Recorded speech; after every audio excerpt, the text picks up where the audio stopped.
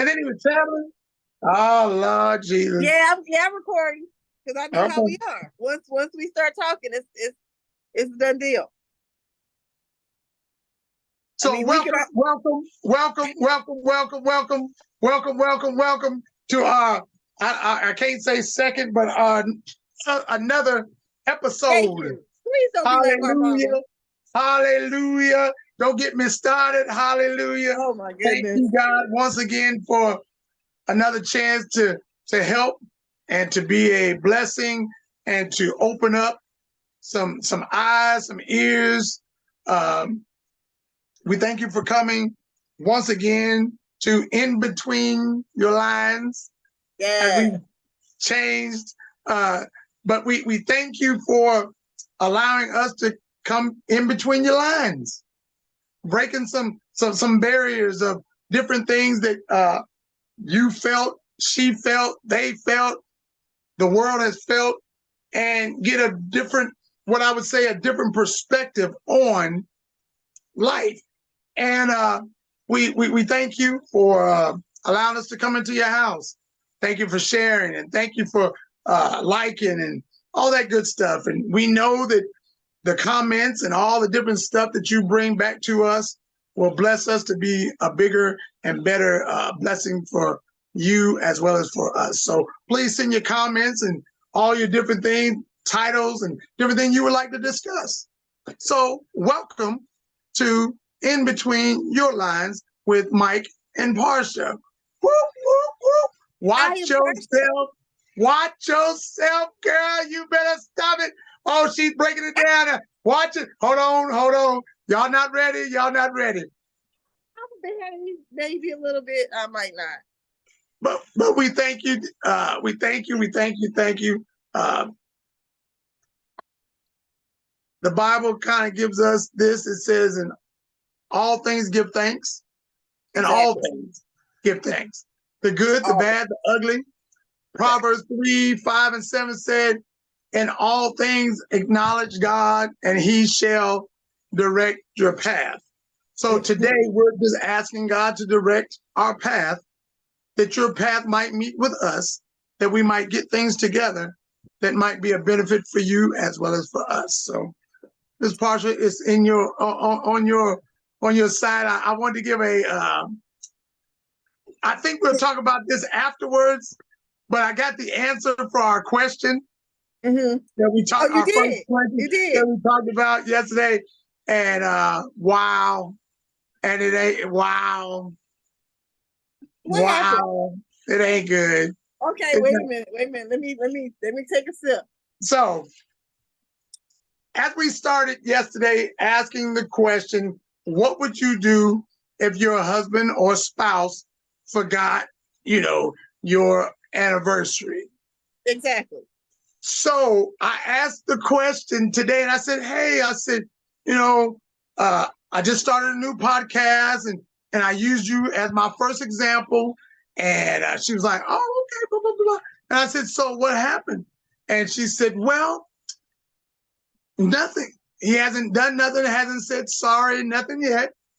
And she said that he alerted her that Monday that he is going to see Deadpool, the new movie, right? The new movie that she asked him about last week to go with her. And he said, oh, me and my brother are going to the movie. And she said, the same movie that I asked you to go watch with me. And she said yes. And he said, oh, I didn't hear you say that you wanted to go to the movies and go see Deadpool. So, okay. So hold on. So my response is, I told her, like I always tell you, I ain't got that much bail money, but whatever happens, happens. You say pop him aside his head. You cannot. Okay, we ain't popping heads. None of that. Oh, off camera, I'll tell you the other stuff that they said, but it was, oh, Jesus, I was like, Lord. Okay. I'm curious. Could I ask some questions? Yeah, go ahead. We got some questions. We have some questions. Okay, you got some questions. Is she a passive wife where she doesn't ask questions and continue the conversation, whether he initiated or not. She doesn't say, well, I want you to know how I feel. That's sort of effed up. How you gonna go with your brother? And no, she asked that question. Even if he pretends to forget, well, now you know that's the movie I wanted to watch with you. And since we didn't do anything on our anniversary, why does someone else get a priority on date night over me? Right. So that's what she's asking. That's what she's asking now. After you counsel her. Right. The same question you asked, and she asked him, and he's like, well, I didn't hear you say that you wanted to go watch Deadpool. And she's like, okay, so you're going to be off all next week. So to me, the makeup would have been, hey, baby, can we go to watch, blah, blah, blah, or would you like to come with us and watch Deadpool? Exactly. That was what I was going to say. She can't go in with the person. He didn't ask none of them questions. No, she being too nice. Well, asking, can I go with him? I'm letting you know I'm gonna be in the truck when you pull out, and we all going to watch the movie. Right. I'm not understanding. It sounds like she is hesitant. I don't know if it's due to fear or frustration or whatever. But why are you hesitant to address what's important when she is agitated about the anniversary day? Now he's going on and making plans because he's fine. He ain't agitated. He's fine. She left him alone. He got to do whatever he wanted to do. Got to go to sleep, take a shower, wake up and say happy anniversary like a butthole and go on with his life. Okay, when is she going to put him in the washing machine and agitate him a little bit? And I'm not saying you got to be mean or mean-spirited, but be honest. Bro, I need you to understand, I'm not happy with us right now because of some of the actions that you're taking, because you're making me feel like I'm invalid and unimportant. And it started with whatever it started with. It probably was before the anniversary. Right. But she needs to have that conversation, because if she continues to allow it to be ignored, it's not going to get fixed. Right.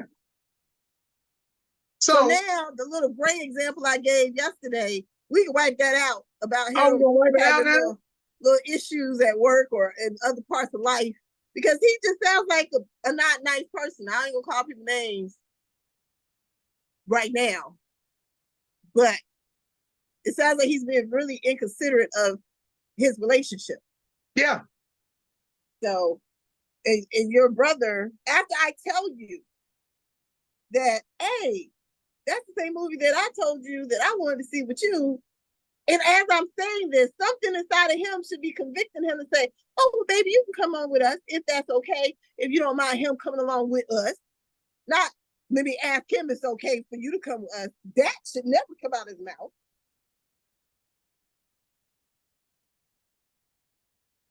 Ever. But, she needs to, as I say sometimes, men need to put their on the table. She need to put her on the table and have a conversation about her. Don't put it on the table, girl. Don't put it on the table. Put it on the table. She might need to put it in his face. Something ain't going right.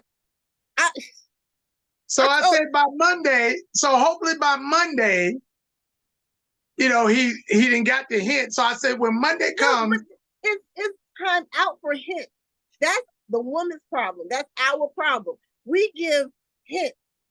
If you grown, and like I just said, the other conversation, I'm looking at you to be the greater than, the solution to my problems, the ignition to my fire. I don't have to hint to you. You should be able to handle my direct conversation. If you're the greater than, if you're the man that you are, right? I ain't got to hint to you. So stop tiptoeing around him like he's a baby that's asleep. He's a grown man that's fully awake. And talk to him like you're the grown woman that you are. In a loving way. Start the conversation in a loving way. Don't go in off hot and bothered and with fire, but have the conversation.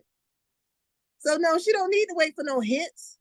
It's past hint time. Anniversary done and over. He making plans with somebody else that ain't you. It's past hint time. I'm sorry. Okay. Okay. My All bad. right. Did she have any other updates? No, I mean that was enough. I just kind of looked at her when she said it, and I was like, really? And she said, yeah, he's just like, well, such and such and such. So I was like, wow. I said he didn't say I'm sorry, you know, you know, he didn't bring no flowers home the next day. Why would he apologize? And why would he bring flowers? He doesn't feel he's done anything wrong. Oh, okay. She has allowed him to believe that she's okay. Remember, men can't read our minds. And I don't know their relationship, but if in her relationship she's a standoffish person because she don't want confrontation and stuff, okay, she's staying out of his way so he can live his life. He don't feel like something's wrong. Well, baby, how am I supposed to know? You never said anything. I guarantee you he says that. He just said, oh, I don't remember you telling about the movies. Right. So when she brings up the anniversary day and whatever else happened before anniversary day, I'm pretty sure he's like, well, you never said anything. Or I didn't understand to be that way. I just thought you just wanted to watch a movie. That's why I was downstairs playing a game. I didn't want to watch a movie. But did you say you wanted me to watch a movie with you on an anniversary? Were you that clear and concise? He sounds like he would be one of those butthole type of people. Wow. But I don't know him. And everybody has a butthole. But you know what I mean. Right. Uh-huh. So what is our first, do you want our first topic today? Wait, I got something. Okay, go ahead. Okay. Let me put my phone down, man. Let me put my phone down. You look like you got excited. Oh, once I share this, you're going to understand why I'm ready to talk about this. I had a conversation earlier today. My boys are home. So, we just catch them. Right. Love my boys. And in several of the conversations we had, the story of, I don't know how to coin this. I know we live in 2020. And so one of them shares a story with me where there's a young lady that her employment, her business, her finances is, let's say, $100,000 a year. Okay. And there was a young man that was talking to this young lady, and they were both interested in each other. And so the comment to the young lady from the young man was, well, oh, you make $100,000? Okay, well, I know how to cook. Now, the lady is the one making $100,000. The man is the one that said, oh, I know how to cook. So I'm listening to this conversation because I'm like, okay, So then the young man continues to ask questions like, does she like her job? What's her position? I'm thinking he's asking so that he can maybe work with her at that job to make $100,000 also. That's right. My mindset. However, I was wrong. And he was asking those questions because he wants to be a stay-at-home boo. Yeah. And so her response was, I got 2 kids. And he says, well, I'll cook for you and them. Also, he gonna cook for them and her. My mindset was on the traditional situation. And I said, wait a minute. Oh, so you want to live off of her? He said, well, live off of her, but I'm taking the pressure off of her. But she got to come home and clean the house. I got that. She got to come home because I got that. Whatever the kids need, homework, that. She just come home and relax. She didn't have $100,000. I don't need much. She can give me a little allowance every week. I'll be fine. And honestly, that bothered me. However, that's me. That's me.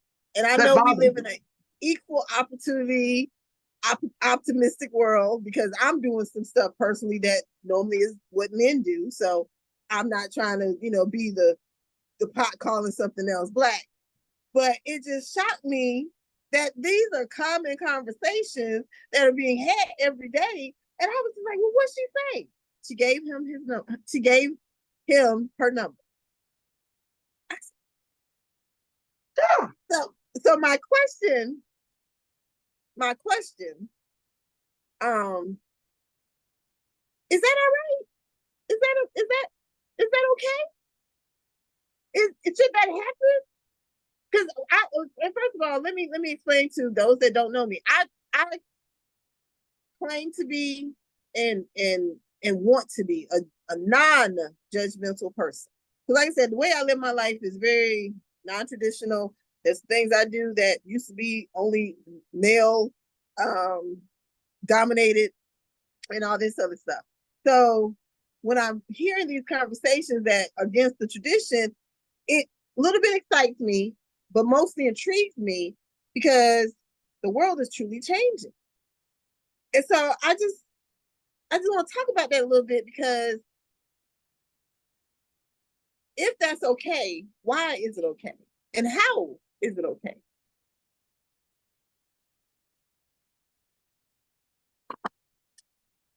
Okay, so your question. I had you speechless for 3 seconds. So your question is it right for him to stay home and she go to work and he cook, clean, take care of the kids? I would feel, I say like this, it would be different for me because, well, I'm not going to say that, because I got in a car accident and I was home for like, I think 2 months. And the girl I was dating, she had 2 kids and I had my son. And I cooked, cleaned, made sure the house was right, made sure homework was done. She took care, she lived in one apartment. I still lived in another apartment, but we still balanced everything out. When it came to the cars, I made sure the cars were still right. Everything was good with that. She paid her stuff. I paid my stuff, but I still had, still had money, but I still took care of the house. So it was, to me, it was all right until I could get back to work, because I'm not the type of guy that I could stay home unless my significant other, my wife or whatever, makes so much money that she just don't want me to be gone. She want me to be at the house, and she want me to take, hey, you didn't work so many years, blah, blah, blah, and you can stay home and do what I do, and then I'll go do what you do. Okay, I'm fine with that. But if I'm not contributing to anything, and with me, I would love to make some money on the side for myself, because I don't want to be like, hey, honey, I need, this money or that money. And then she'd be like, well, we ain't got it because we got to pay this and pay that. Almost like on the same side as some women. I can't speak for women, but some women would love to be home, but still make their own money so that they don't have to bother the husband or the boyfriend or significant other and be like, I can buy this, I can get my hair done, my nail done, this, that. And that, I'll say it like this, with my one of them, that the wife didn't want to stay home. She stayed home for a little bit, and then it drove her crazy because she felt like she lost herself. And I was like, how did you lose yourself and you sitting right here? But I had to understand that if you've been doing things on your own all this time, and this man comes in and he sweeps you off your feet, and you're not used to being swept off your feet, and you're at home, you're taking care of everything at the house, and he's paying all your bills and his bills and whatever extra bills come in, and you're like, okay, this is great, and you're like, what else do you want me? I guess as a man, what else do you want me to do? I'm taking care of everything. I mean, everything. Car, insurance, the children, her 3 children, my 1, and a grandchild. So I'm like, wow. What is the problem, I would say here? What makes you to where you don't want to, but then I had to understand that when you've been in a relationship where you're the dominant one and you make the money and you take care of all the money And then when you don't have to and you just got to take care of certain things, it makes a woman feel some type of way. Mm-hmm. So a lot of that relationship broke because of the lostness of her. I didn't think she was lost, like I said, in a sense. But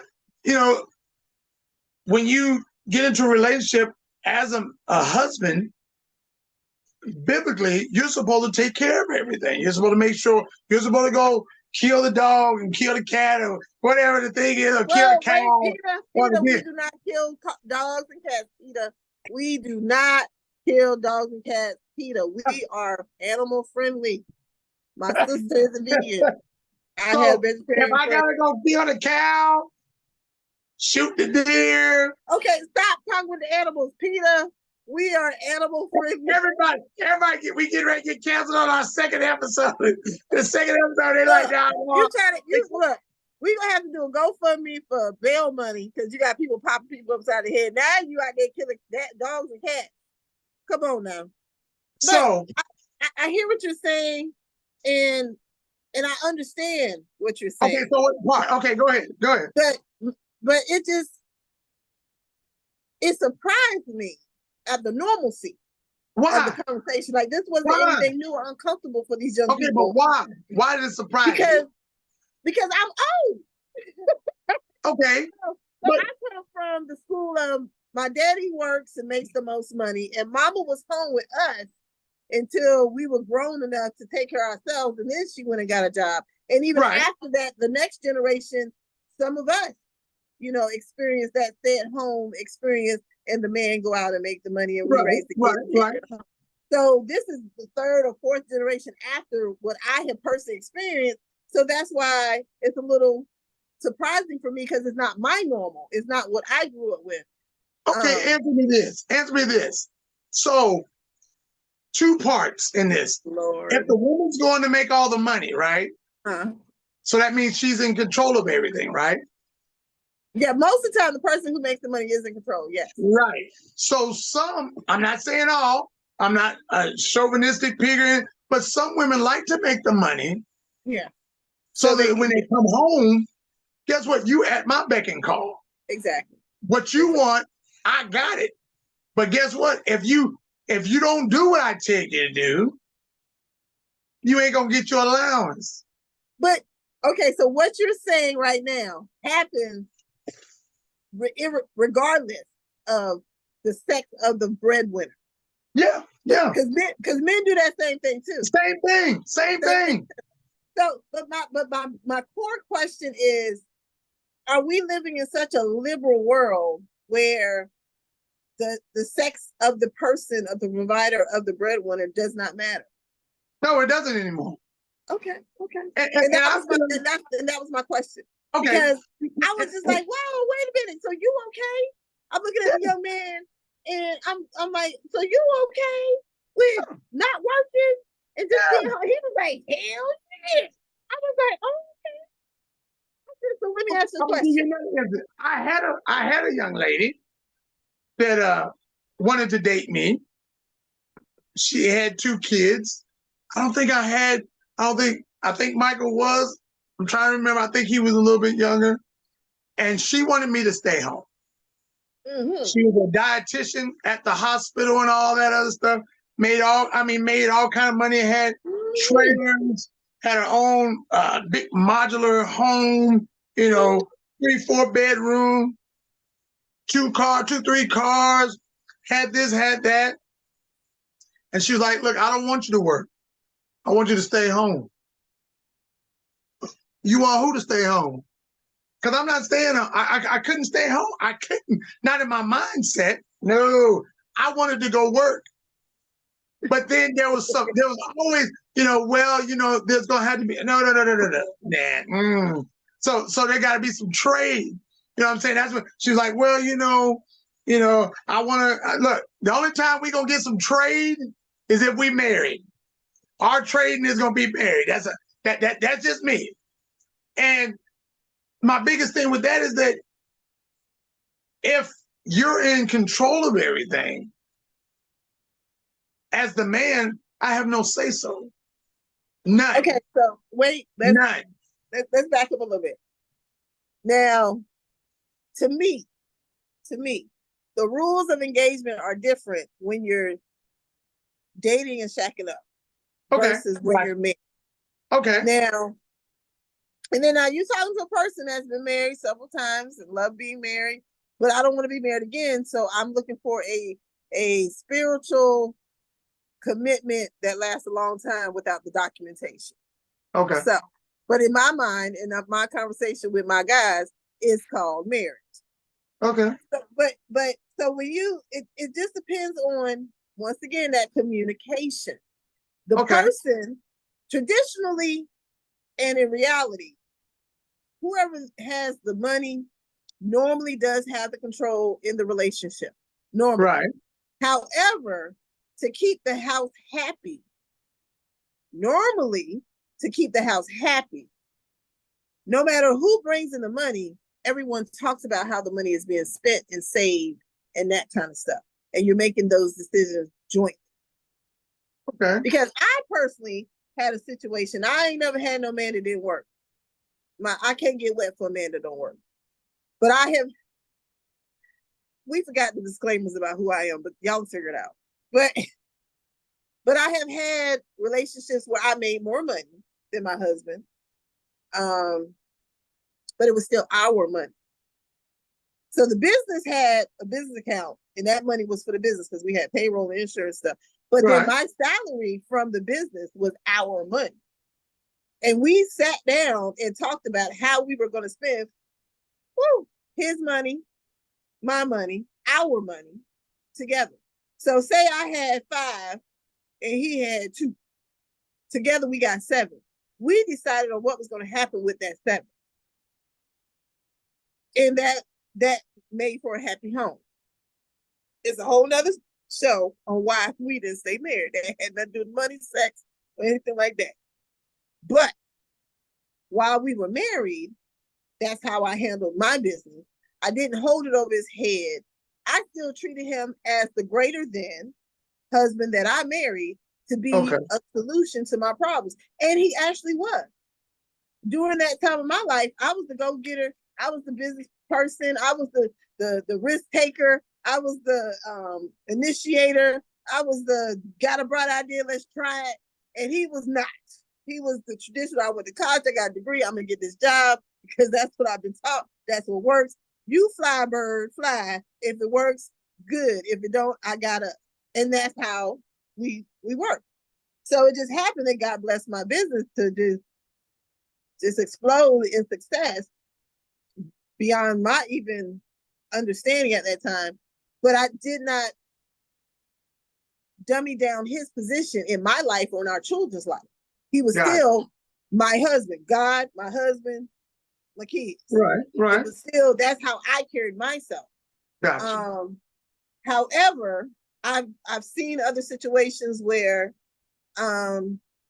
people don't do that.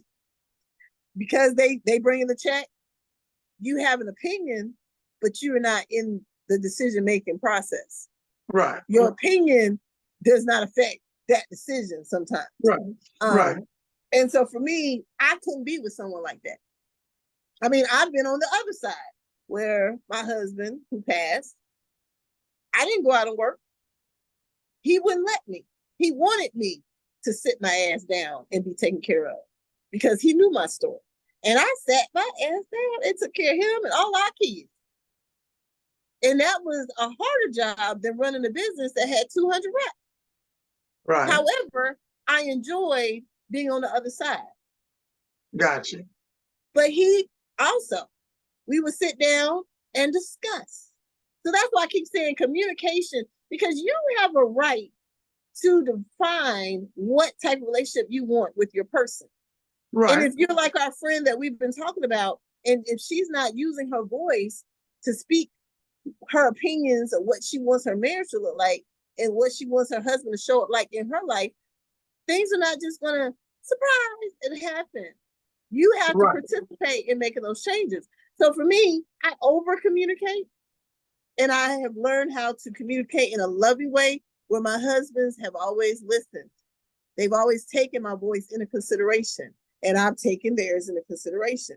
So when the tables were turned and he was out there making the money, I didn't care how he's making money. He's making money, bills get paid, kids taken care of. I won't complain about nothing. I'll still go to my trips with my sister. Do what you do. I got you, boo. But he will still come to me and say, okay, this is about to happen. This is about to happen. Sometimes we would have to decide what's going to happen. Sometimes we have to schedule what's going to happen first. But I'm part of that. It wasn't just, this is your allowance, and this is what I'm doing, and this is what I want y'all to do. No, our marriage was still a joint situation, no matter who brought the money in. Okay. So as you're saying that, okay, you said before it was his money and your money and then our money, right? Yeah. Okay. So if he ever said, this is my money on one side, but I went and made this money, all the bills are paid, everything's right, I can do what I need to do. Or did y'all always discuss what he was going to do with his stuff after all the bills are paid? So we had to switch up because initially when we got together, he was paying all or most of the bills because before I started my business, our salaries were close to the same. Okay. So initially he was paying all the bills, and I was responsible for savings. I was responsible for keeping our credit good.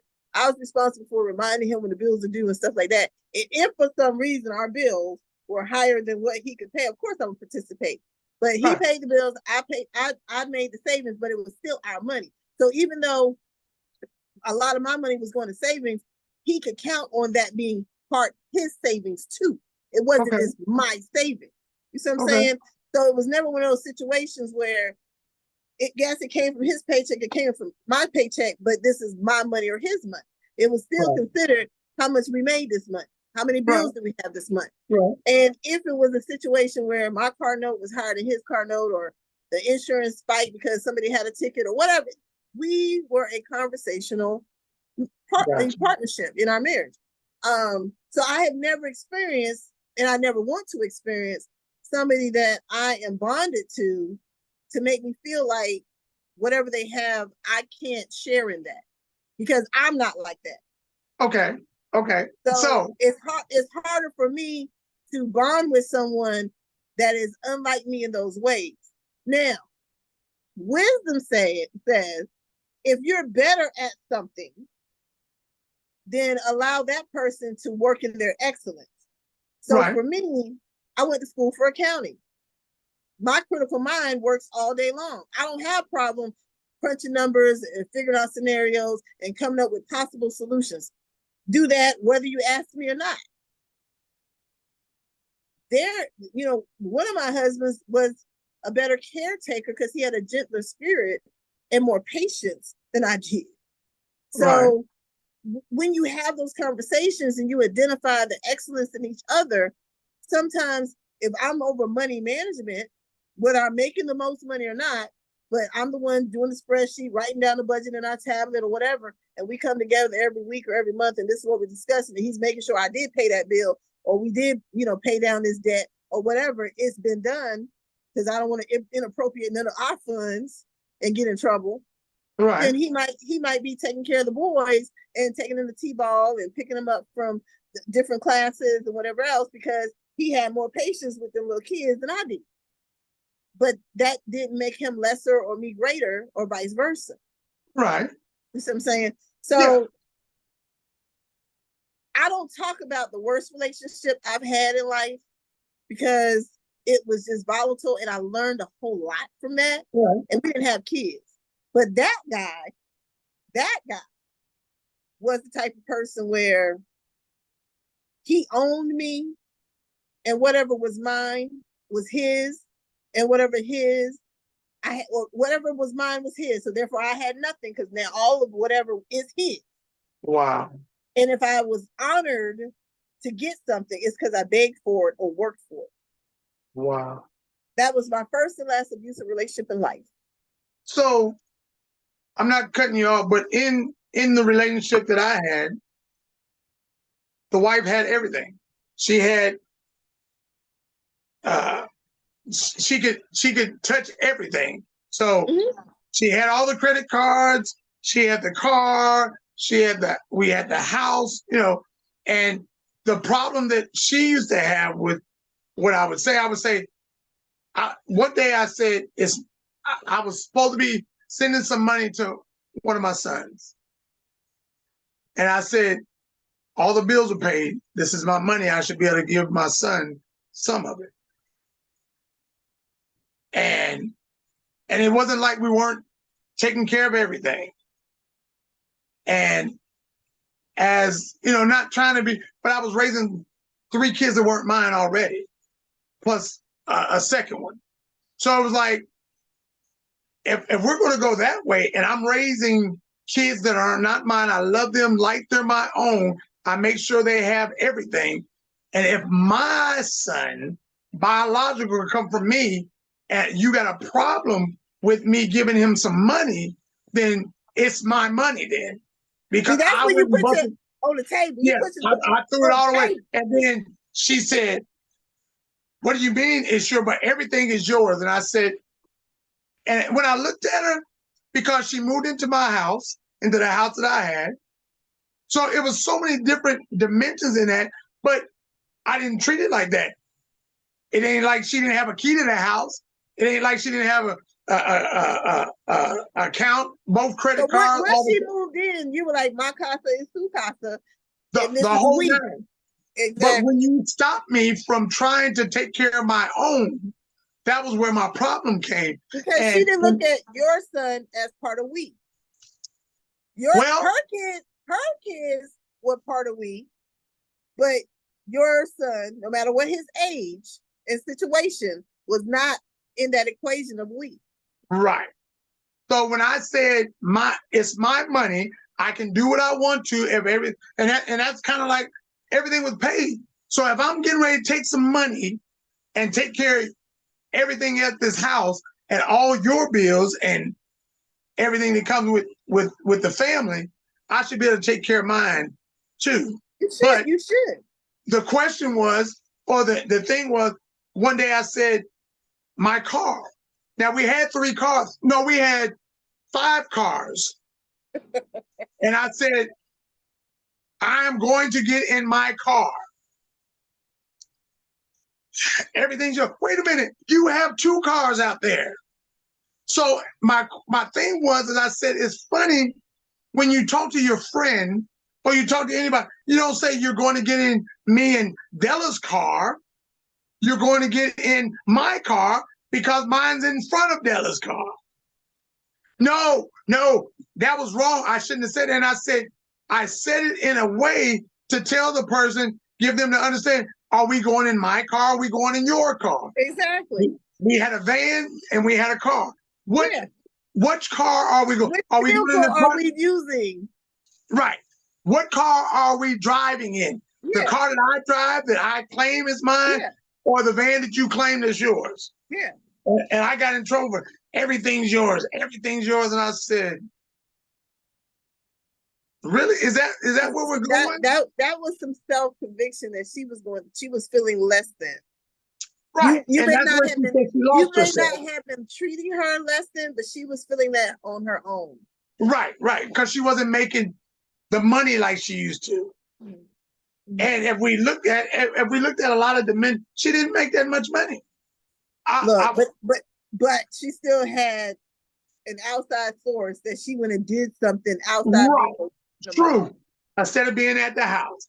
And that's where they fell off and said, well, I've lost myself. And I said, what do you mean? What does that mean? So I don't understand.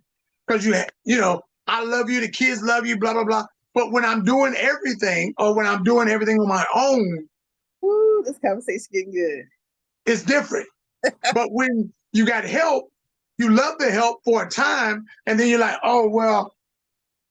There's okay, different. So let me jump in here real quick. There's 2 things I want to say. Jump on in, both feet. So 2 things I want to say. Oh, did your thing go again?